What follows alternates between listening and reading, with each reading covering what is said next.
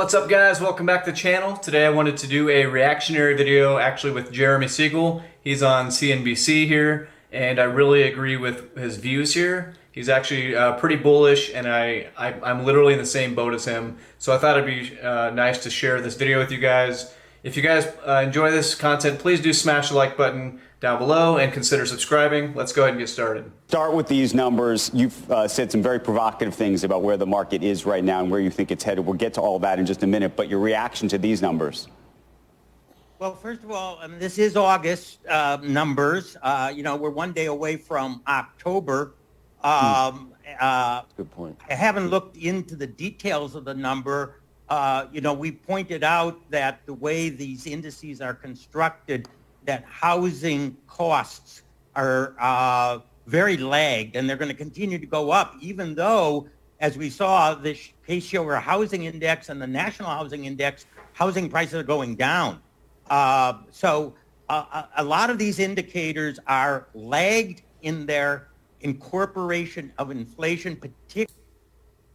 So the argument here might be that CPI is lagging and the housing prices are coming down, and the Fed might not need to do as many rate hikes as if CPI catches up to where the Fed is. It might not need to do as many rate hikes here.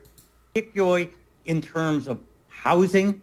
I have to disagree with Rick about year over year, because that contains 11 months that we already know. The Fed has to be forward looking. They have to look at what's going on in the market, in the housing market, in the rental market, in the commodity market, and in the other markets.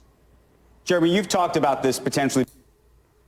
So even in my area, I live in the Panhandle of Florida. It's typically a little housing price, what's a good word for it? Recession proof. And even my area, the housing prices are starting to come down a little bit, which I thought this would be one of the last areas for that to happen. So that's something interesting to think about. Being a buying opportunity, yet we've had Katie Stockton on, who's been right about these charts thus far. She says there is still more to go here on the lower end. Rick Santelli obviously has that same view. A lot of folks have that view. Would you buy now? And is the thesis of buying now rely on the Fed easing up in a way that they may not even know that they have to yet? If you're a long-term investor, I would absolutely buy now. I think these are absolutely great long-term values. Could it go down more? Of course, in the short run. In bear markets, it's gone down more. But when you're talking about 16 times earnings, and even if they're clipped by a recession, and you shouldn't just base it on recession earnings, you should base it on longer-term earnings, which I think are very favorable looking beyond the dip. I think these are just absolutely excellent values. Short term, anything can happen on the short term. Just to piggyback on that, I totally agree with Jeremy Siegel there. Short term, who knows? Media comes up with something and the stock market goes down 10%, or this happens, that happens, the stock market goes nuts. However, over there's no 20-year span that stock market has not been up from any date. So if you are a long-term investor, it is definitely a good time to buy. If you wanted to buy Apple a couple weeks ago, it'd be like already 155. Now it's down to I believe 145. Meta is dropping. Everything is at a discount right now. So that's kind of what he's talking about. It sure could Meta drop down to another 15% possibly. It's very possible. However, in the long term, over the next 10, 20 years, will Meta be up higher than it is now? I think yes. Therefore, it's a good time to buy. Jeremy, long term, a lot of people would consider 10 years to be a very long term. Stan Druckenmiller told Joe at the Delivering Alpha conference this week that you could be in a position where the major averages are flat 10 years from now, just because of what he thinks we may have to go through between now and then. I disagree with that completely. The Dow or the S&P would be flat. We added 40% to the money supply since the pandemic began in March of 2020. Earnings have historically moved up just with inflation and the money supply. So stocks should be 40% higher than they were. Now, they were at one point 55% higher.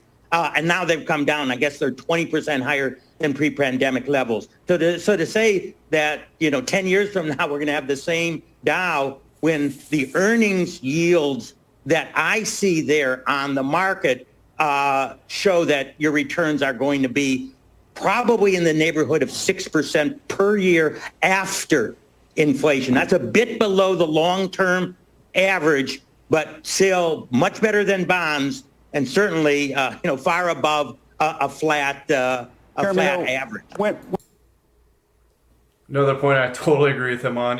If you don't think that the U.S. economy is going to be growing over the next 3, 5, 10 years, if you want to bet against the U.S. economy, go ahead. At some point, the Fed will kick in and either stop raising rates, or once they lower rates, or they'll probably print more money back into the economy. Any of those points, the stock market's going to just boom back up. Sure, we have no idea when, but it'd be very scary to to bet against the U.S. economy. So I think the economy will be stronger in 10 years from now. Therefore, even just buying index funds, the S&P, the Dow, the NASDAQ, the Russell, if you buy any of those, if you tell me in 5, 10 years from now it's going to be lower, I would bet against you on that. When some people compare this and they say, look, the last 40 years, if you look at the last 40 years as history, you'd be 100% right, Jeremy, that, you can hold your breath for 6 months, a year at any point, and when things are bad, and you wake up and everything will be great again. But then you go back to 1970, and I know you don't think this is 1970, but you had to wait a decade, at least. What's the difference?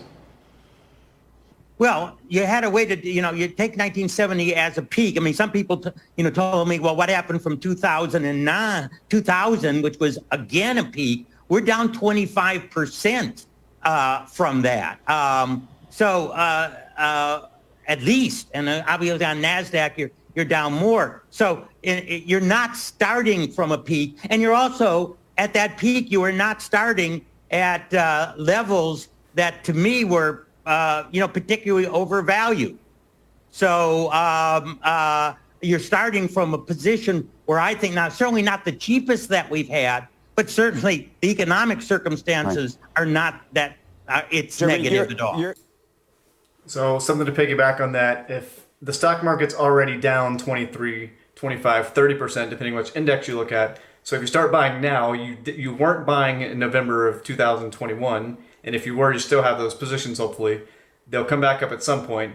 But his argument right now is if you're buying now, you're not buying from the peak before the crash. So anyway, if you dollar cost average back in, even if it is a flat year or the next 3 years ends up just back at the top of, but like in November of 21, even if you end up back there, right now you're down 30%. So you'll be back up 30% on your investments you're doing now. So that is what he's talking about. Could it go down more? Sure. Anyway, let me bring up a chart here that I found.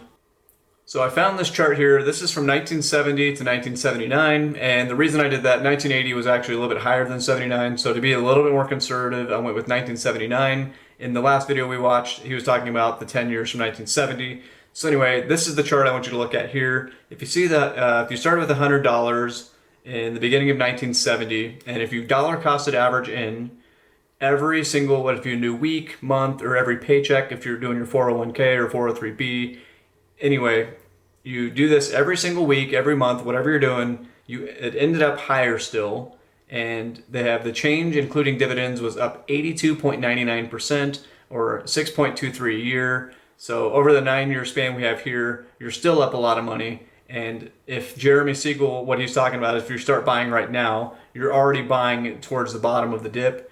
And even if it dips more, you're still buying the entire time until the market comes back up. One more example I wanted to share here. So if you look at the 2000 the dot-com bubble, you have 13/78 the top, and if you stayed in, you didn't invest anymore, you lost 40% by 2003.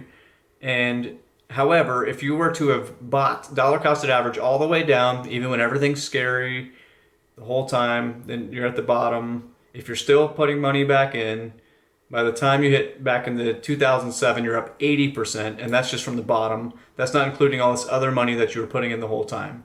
So It just makes sense to dollar cost average in. I hope this all makes sense to you. I hope that you learned something from today.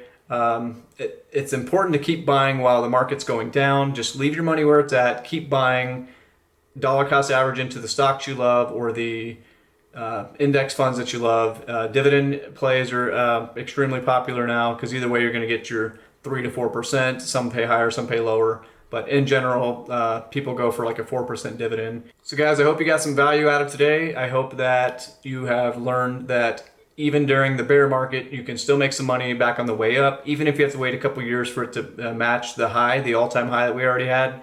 Because when you're at the bottom, you can kind of think you're almost resetting all of your dollar cost average prices, and therefore you still can make a lot of money, even if it takes 10 years to get back to the top. That's still, well, 10 years would be a long time, but that could still happen. But anyway, you would still be up from right now. Our NASDAQ's down approximately, let's see here, year to date, NASDAQ's down 33.19. So even if you had to wait 10 years to get back to the all-time high of the NASDAQ, you'd still be up 33%.